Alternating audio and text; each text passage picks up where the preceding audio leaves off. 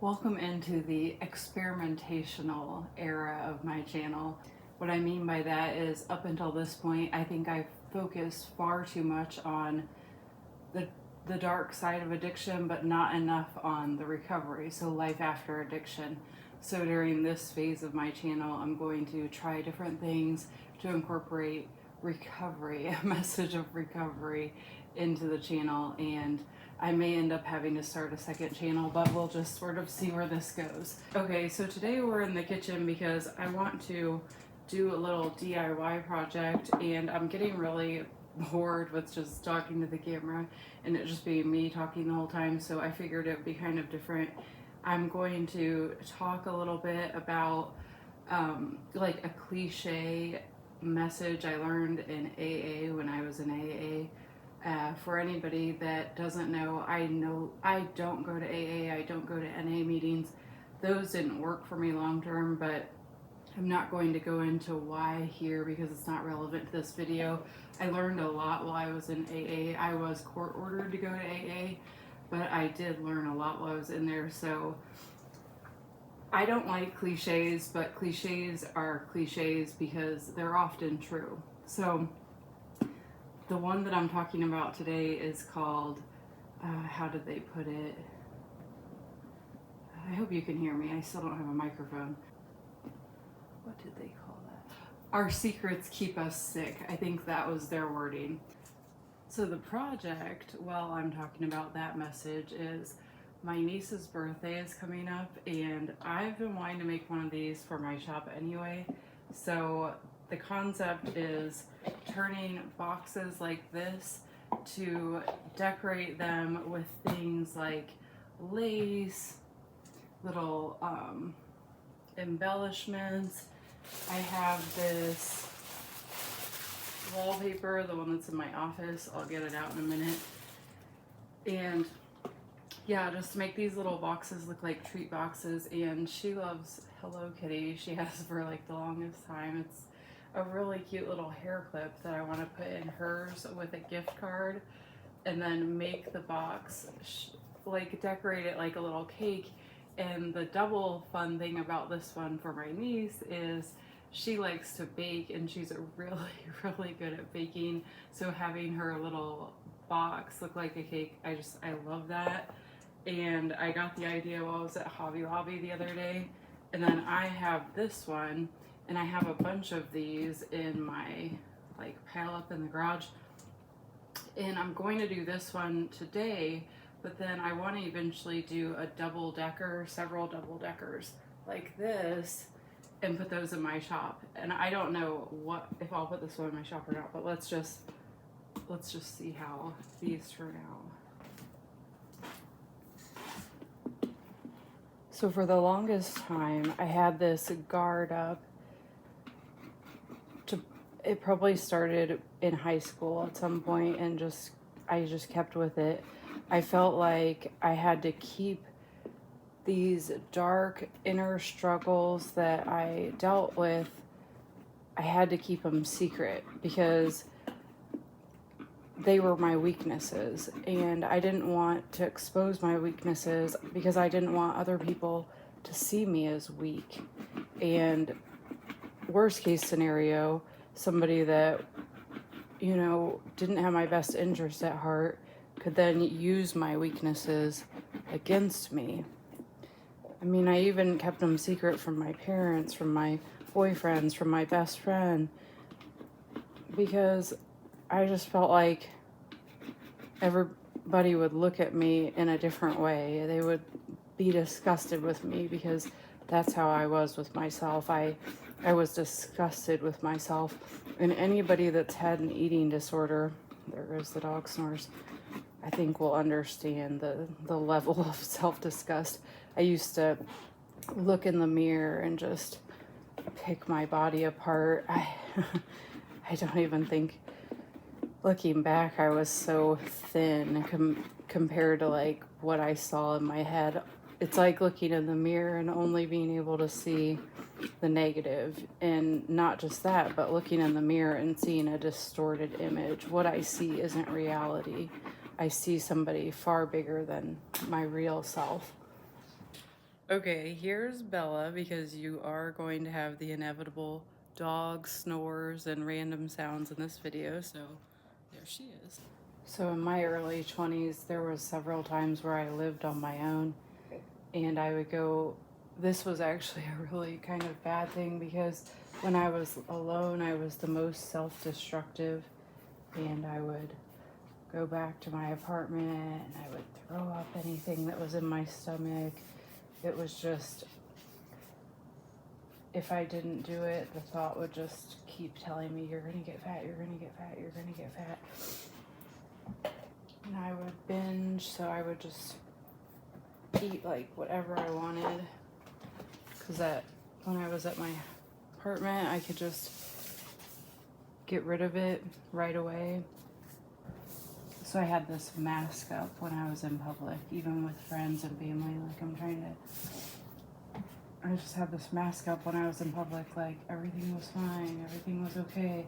But then when I got home, like the wheels fell off. I would just, eat like crazy, throw up all the food, just do insane amounts of cocaine and drink and smoke and take pills and throw up and eat and just continue that cycle, just keep going with that. And then inevitably, when this huge wave of darkness would sweep over me, just out of the blue, unexpectedly, no rhyme or reason, at the time, I would just pull my curtains shut, not answer any phone calls. No matter who it was, I wouldn't answer. I would just go into a deep, deep sleep for 2 to 3 days. I wouldn't even come out of the sleep to eat. Nothing felt appealing. Things that I normally was interested in, I had no interest in. I didn't even have the interest to do any more drugs at this time. Just the feeling of fuck it, everything sucks, I don't feel well. I know I'm not sick with the flu, but I know I don't feel good. So I wouldn't go into work. The jobs I had at the time be like a no call, no show. And I wouldn't show up for my friends, wouldn't answer their calls, no matter what they said on the voicemail. I may listen to the voicemail, I may not, but either way, I wasn't going to return the phone call. And this would get me fired from a lot of jobs. I didn't know this was called depression at the time. This was just like an overpowering feeling that the only solution I had for it was just to go into a deep sleep, and then eventually, just as randomly as it came, the feeling would lift, and I was able to go back out into society, go back out into the world, show back up, answer phone calls. But when people would ask me, like, what happened to you? I just would say I was sick, didn't feel good, which was true. But I didn't know there was anything more to it than that. I knew that I wasn't sick in the traditional way, but I knew I didn't feel well. I would just get really angry. I would mostly be angry at myself. I would take straight razors to my arms and my legs. I'll try to show you my legs, but it's hard to see because it's really high up, and they left these scars on me. And many times in my recovery, people say, what happened to your arms? What happened to your arm? Because that's what they can see, but they can't see the leg. And back then, I also didn't want people to know what I was doing, but the cutting got like so out of control that I had to start doing it on my leg instead of my arm, because I just started cutting into the same spot over and over, and you can sort of see which those spots are on both the arms and the legs. I wanted to make myself hurt. And reopening the old wounds while they were still fresh hurt twice as bad. And it was also a 2-for-1, because then I could hide the amount of times I was doing it, because it was just the same one. It was the same spot. It was only going to leave the one scar. Now, the problem with doing all of this stuff was that I couldn't always predict when people would find me in such a condition. One time I tried to kill myself, and I woke up to my mom in the apartment with the police, and she was asking me to go to rehab, telling me I needed help. And at that time I agreed, but I didn't agree because I still don't think at that time I believed I had a problem.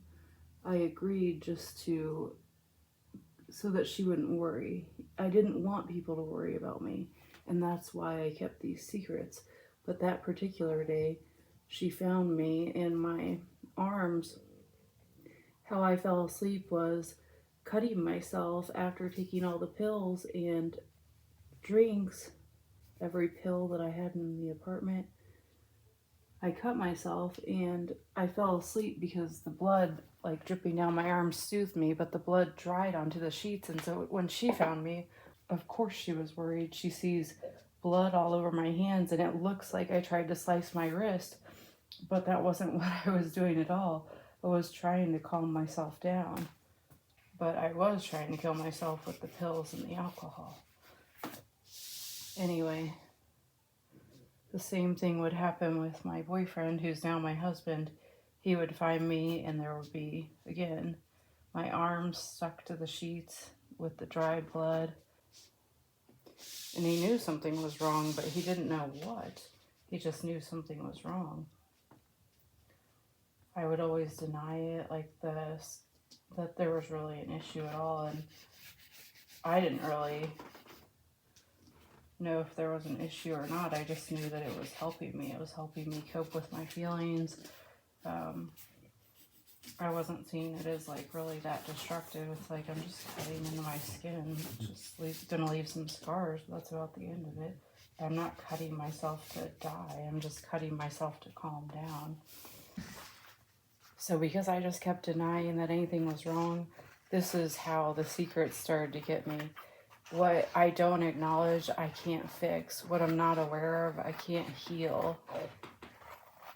So everything I kept secret would just continue to blossom and grow and multiply and get worse and get heavier. And I knew that the depression, that like overwhelming wave of darkness that would wash over me, I knew that wasn't life-threatening at this time, but it would grow. And I knew over the years I could feel that it was growing stronger and it was getting heavier. And so because I wasn't willing to tell anybody what was going on inside, I wasn't able to do anything. It's like having just like it is a sickness. It is a sickness. That's where the saying comes into play. Our secrets keep us sick. Those secrets were only helping fuel my growing drug addiction and my growing bulimia, which I believe is a definite sickness.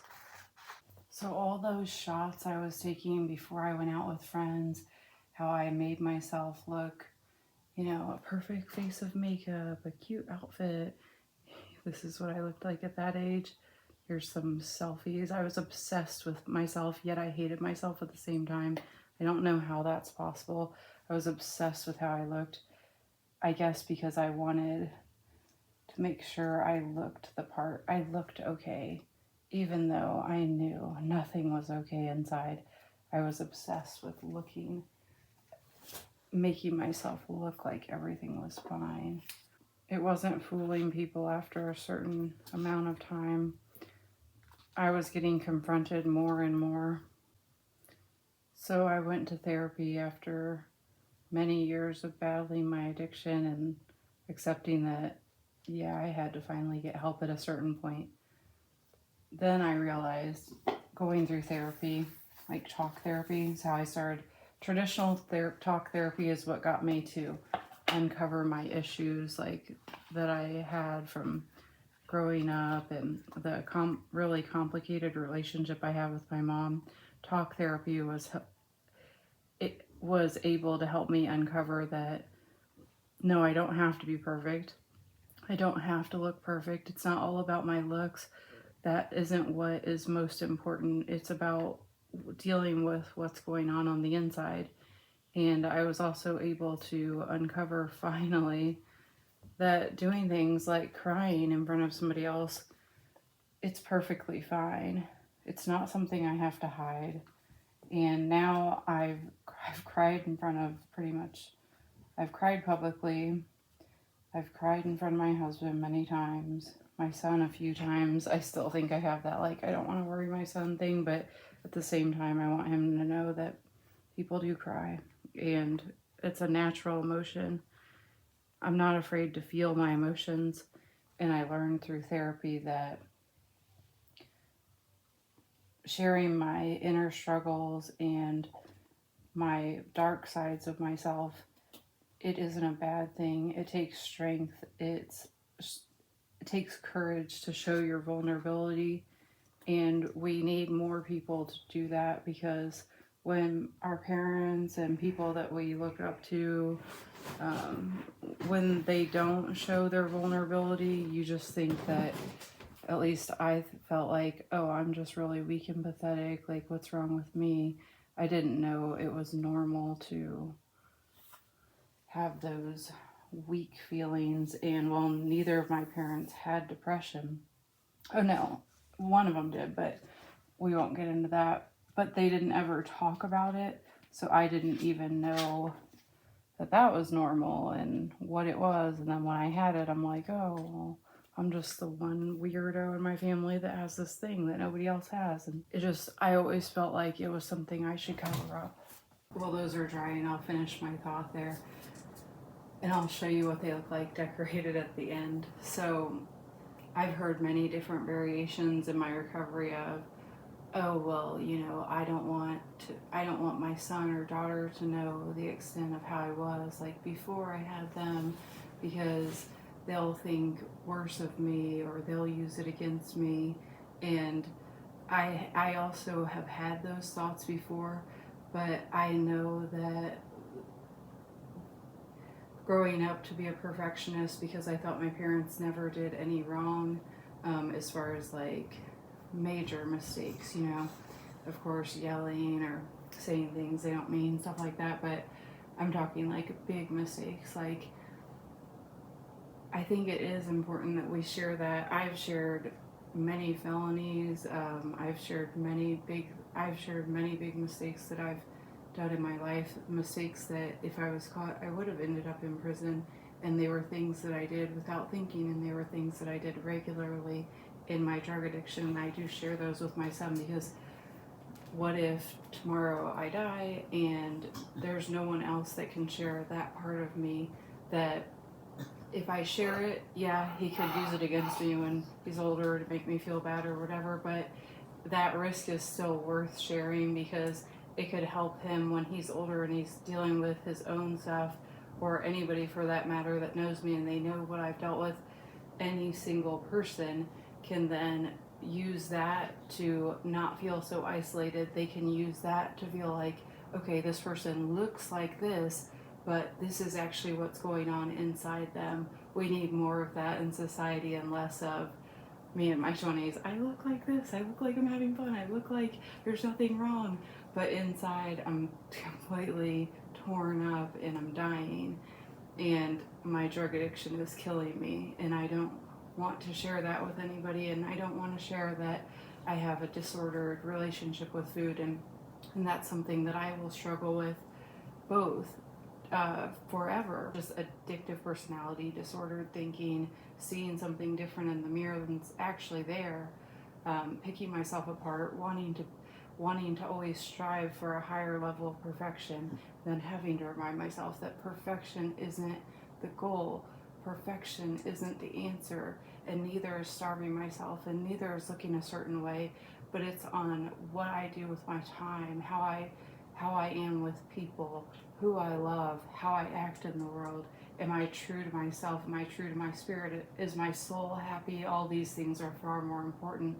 And if more people are able to do this in their own families and with people, just to be open in that way, that allows the other person to begin to confront what they're dealing with, because they're like, okay, you're describing something that I had, and I didn't actually know I had anxiety until I watched Tiffany Jenkins' videos about anxiety. So it's just that sort of thing. Like with me with depression, I didn't know it was a thing until later, until I got into therapy, and then I had a name for it. Then I had something that I could actually, okay, this is what I'm dealing with. At least now I know. When I understood that I had an addiction, at least then I knew, so I could start deciding, is it something I want to try to conquer, or is it something that I want to just let take over me? Now, for the trauma, talk therapy didn't work because there was too many things that I had to keep inside me that I wasn't ever going to tell anybody else.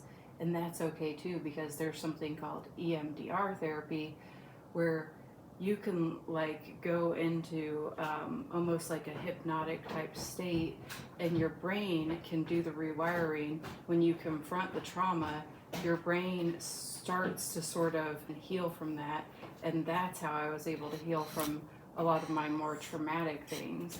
If I'm saying it wrong, I'll put on the screen. I think it's EMDR. But yes, and that's where things like art come into play, because when I learned, okay, I have the bulimia, I have the addiction, I have the trauma, that's when I had to learn coping, like how to heal from these things in my everyday life, how to develop coping skills. And that's where talk therapy helped me so much, because I was able to uncover things like physical activity helps so much with rewiring those cravings, to use those cravings to have that quick fix. Weightlifting, it was for me, now jumping on the trampoline, but just having a physical, oh yes, it was bicycling for a while too, having a physical outlet for those feelings of anger too, that was so powerful. Art helps because I have this sort of creative outlet to keep myself occupied and something I look forward to doing. That brings sort of like the fun into recovery. That's why I'm so heavy into art. It's highly expressive. Writing, and these are all sorts of things, but every single person, they will uncover what helps them. Okay, so a good example of when learning the lesson that admitting the things that I don't want to admit to could actually be a powerful thing that would help me in my recovery from said thing. A good example I can think of are two that had to do with when I was early in my recovery. When I was living in a homeless shelter, trying to get a solid, week, 2 weeks, whatever, 1 month recovery, any sort of clean time, I admitted to my mom, who came to visit me. She would like pick me up, take me to lunch or whatever, then bring me back. I admitted to her that the homeless shelter was just chock full of drugs and chances to drink and invite after invite. I'm boring, Bella. And by doing that, my mom decided to break down that boundary she had, which was I wasn't allowed to live in her home, and I hadn't been allowed to do that in years. And at the time she made that rule, it was, I think, to protect herself, but she decided to break that rule and let me move back into her home and try to get my footing in sobriety there. And we realized very quickly that I was like a chronic relapser, and I was relapsing at her home. And so she was, I think, pretty much regretting that choice to let me move back. But then I admitted the next powerful inner truth, which was something I didn't want to admit, because then I knew by admitting it, we would have to do something about it. And that's sort of the powerful part about admitting these things, is like when, for instance, when I admitted to my husband when he found me in the apartment, and I used to always blame my sickness, oh, I'm getting sick, on I drank too much. He found me one time in the bathroom unexpectedly throwing up, and he knew I hadn't been drinking. And then I finally admitted to my eating disorder. And so that took a little bit of the power out of my eating disorder. It didn't just magically fix it, but it did take a little bit of the weight off of it from me.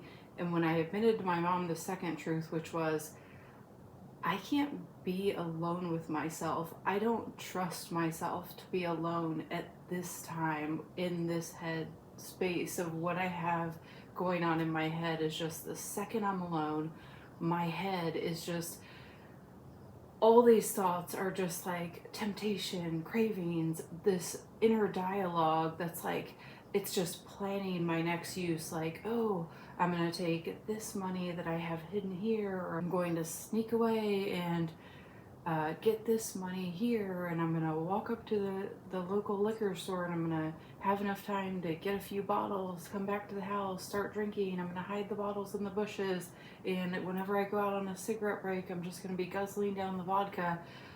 I admitted that I couldn't be left alone, because when left to my own devices, I was self-destructive, and I didn't have the inner strength to combat these like inner thoughts, cravings, obsessions of using.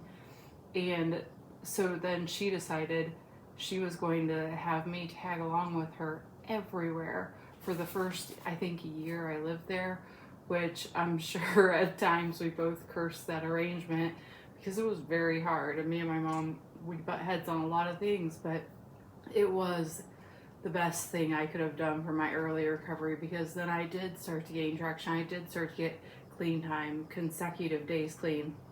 I stopped having to be the person at AA who was standing up every single meeting. All of a sudden now I was having a week clean, and I was getting my 30 days. I still didn't like that we had to hug, but that is how it works over there. So yes, that was very powerful. And then I knew when I got to the point where I was able to, with the help of therapy and with the help of gaining more awareness into my own like inner workings and such, I was able to stop entertaining those thoughts of using. And when I was able to stand up against those thoughts and to conquer those thoughts head on and to shut them down before they went further, just like, nope, I don't do that. Like, I don't know what it was, but when I was able to make that shift from entertaining the thoughts and letting the thoughts run wild to shutting the thoughts down and no longer even entertaining that as an option, when I made that switch, when I had that strength, when I had that enough resolve to do that over and over and over again, that's when I could again be left alone. And as someone who recharges when they're alone, that was a huge like pivotal turning point in my recovery. It felt really good, and I was eventually able to start doing more things independently, and that was really empowering. And that's the other thing I found, that by addressing a lot of these problems, what I was doing by exposing my inner truths was I was not letting my fears run me, and I wasn't letting my pride run me. So my pride would be the thing that would tell me like that I can't let people know this about me. That's all pride. That's fear too, but only by opening myself up to letting these vulnerabilities out. And I'm not saying like announce it from the rooftop, tell your whole neighborhood, tell your whole school, I'm not saying that. I'm just saying like having a select few people that I revealed these things to was the best thing I could have done for myself, because it allowed love to enter in. It allowed their faith to shine onto me, or their strength to lift me up. It allowed me to accept the help without my pride getting away. I was humble enough to say, yeah, I could use the help, and I'm actually going to take the help. And that opened the door for my mind to be open to changing old behaviors, new ways of thinking. And during those times, I was able to grow stronger in my faith, in my recovery. And I've come to believe that my higher power, whom I call God, is able to give me strength in my weakness. So if I'm just constantly say, I don't need you, I'm good, what I'm really saying is that I'm not really admitting what I'm struggling with, and I'm not really reaching out to better myself and to let love help to heal what's broken. And I believe that God has helped to heal me when I'm at my when I'm at my weakest. That is when he strengthens me. That is when I get healing, as long as I'm willing to work towards being better and improving as I uncover things that need to be worked on. So that is what I wanted to share today about our secrets keep us sick, yes, and our vulnerabilities are not weaknesses. They're opportunities to grow and opportunities to heal and opportunities for the love and the light to shine in from others, from our higher power, if we believe in a higher power. And it's like, to get out of that old way of thinking is to no longer stay stuck, to not stay complacent, to no longer sort of simmer in my own misery and self-pity and acting like I was just a victim of circumstances. It gave me the chance to take my power back. So opening up and sharing things with people I trust as I find appropriate, sometimes making videos on the subjects, these became pillars in my recovery and healing. They will continue to be until the day I die, because that's to remain open, to keep an open heart and an open mind. And I think that's a good place to end it for today. I'm going to take a lunch break, and here's what the cakes look like completed. I hope Dakota likes it, and I'll see you guys later.